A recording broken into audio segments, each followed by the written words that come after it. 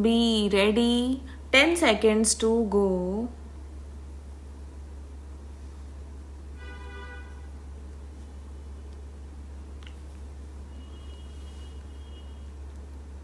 Start.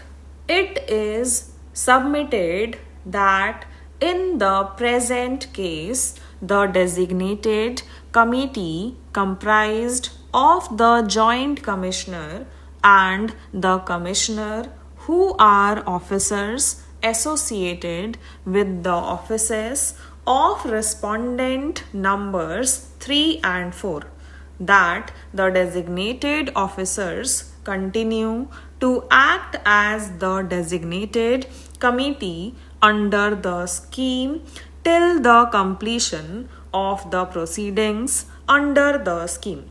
It is submitted that the designated committee under the scheme is being constituted on a need basis to comply with the orders of the courts across the country, that in many cases the designated committee rejected the applications under the scheme 2019 erroneously, and the different courts set aside the decisions of the designated committee after 30 June 2020 and directed the designated committee to consider the case of the respective applicants under the scheme 2019. It is submitted that to reconsider the cases pursuant to the orders passed by the courts, the CBEC issued the instructions allowing for manual processing of declarations under the scheme by the respective designated committees. It is submitted that therefore even the respective designated committees carried out their functions under the scheme, however, by manual processing. It is submitted that therefore the reasoning given by the Honorable High Court that the designated committees are not in existence after 30 June 2020 and therefore the appellant is not entitled to any relief may not be accepted as even after 30 June 2020 and even as per the instructions issued by the CBEC, the respective designated committees continued to function and process the declarations manually.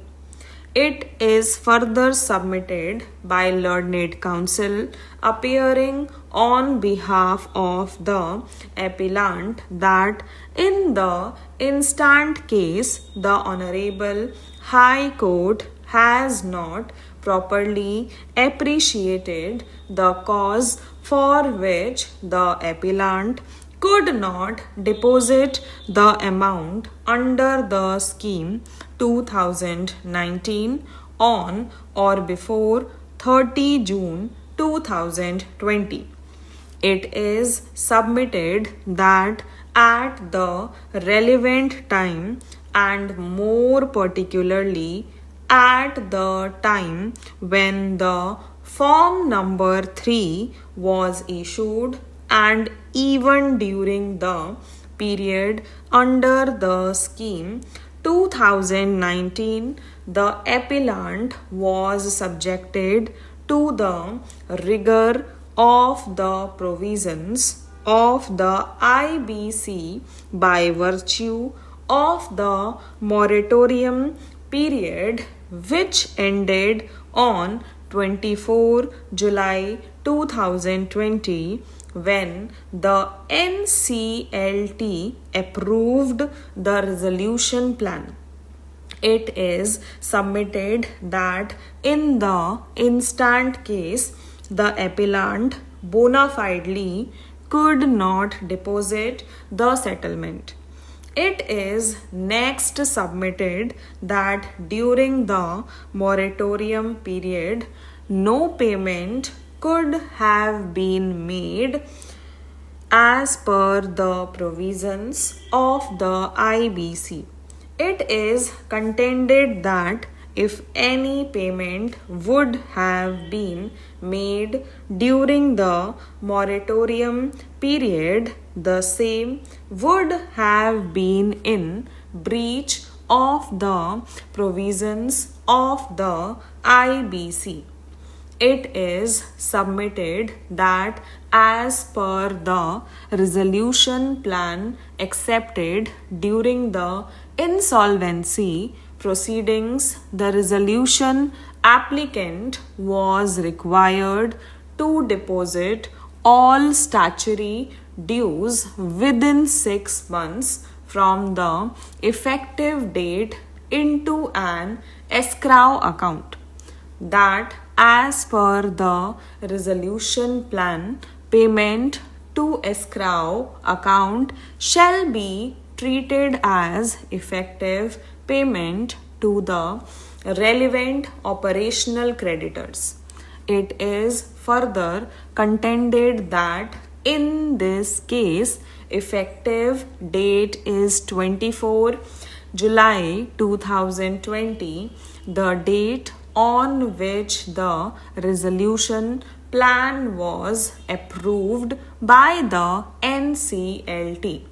So, service tax dues along with other statutory dues were deposited in an escrow account on 8 January 2021 before the expiry of the period of 6 months. It is accrued that this honorable court has held that once a moratorium has been enforced, any existing proceeding against the debtor shall stand prohibited. In this regard, it is submitted that the IBC shall have precedence over any inconsistent statutes. It is vehemently submitted that in any case no person can be left remediless due to operation of law. That in the present case the moratorium period under the IBC was extended due to the COVID-19 pandemic and non-functioning of the NCLT. It is contended that even otherwise the appellant could not have made any payment during the moratorium period by operation of law, and inability to make the payment was owing to the moratorium imposed under the provisions of the IBC. It is urged that therefore the appellant may not be left remediless when the application under the scheme 2019 was submitted and processed within time. In support of her above submissions and the relief prayed, learned counsel appearing on behalf of the appellant has heavily relied upon the decisions of this court. It is reiterated, submitted that the appellant could not make the payment due to legal disability and no one can be expected to do the impossible. Reliance is placed on the decisions of this court. It is submitted that the appellant cannot be prejudiced or made to suffer for no fault of the appellant. Reliance is placed on the decision of this court in Anmol Kumar Tiwari and others versus State of Jharkhand reported in SCC. Stop.